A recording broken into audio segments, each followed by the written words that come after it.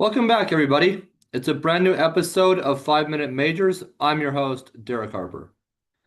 Let's get right to it. There hasn't been a ton of news, but there's enough to really chat about, and we'll dive into some other topics and then in the coming episodes, dive deep into maybe the London Knights and all their success. Maybe look at the Oshawa Generals and just all the talent in the OHL. Maybe we look into the QMJHL and kind of some of their dominant teams. Look ahead to the Memorial Cup next season, and just some interesting features that I have in mind. So, with that, let's get right to it. This week, it was announced that Team Canada's junior team had hired the Spokane Chiefs head coach Brad Lauer as an assistant coach for the upcoming tournament in Minnesota this winter. This just adds to a stacked tournament. I'm very excited to watch this with USA and Canada now, um, especially with the talent at the major junior level. So I think that's always something to keep your eye on. I expect Canada to be possibly the favorite, but it is in the US, so the US might have the edge there being on home ice. And the other coaching addition is in the USHL, which is basically on par with the CHL at this point because of the NCAA and the CHL agreeing to have players be able to go to the NCAA during or after their major junior career.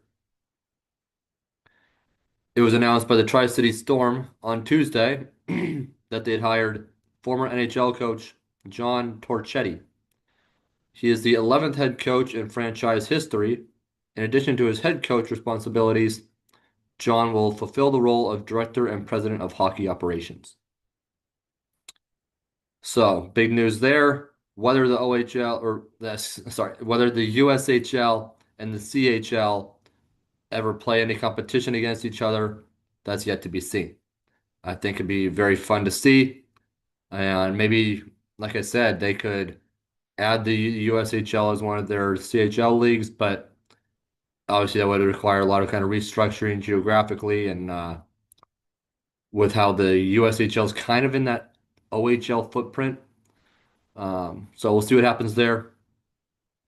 But Wenatchee, they announced a couple of waiver uh, pieces.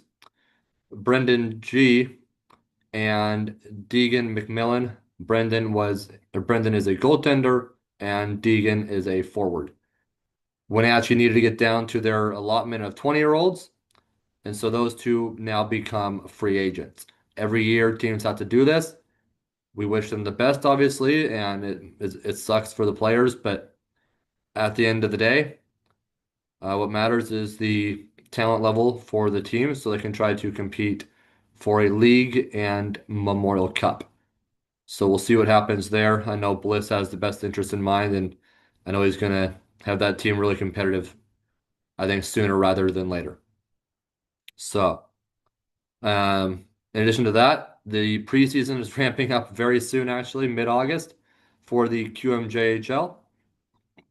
The OHL preseason begins late August, as does the WHL. Why the Q ramps up first and that early, I'm not sure, but they will kick things off Thursday, August 14 with a 5-game slate.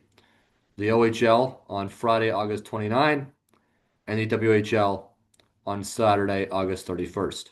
Or Sunday, sorry about that. The first time the fans will be able to see the Penticton Vs in WHL action will be Wednesday, September 3rd, as they take on the Kelowna Rockets at Prospera Place in Kelowna, BC.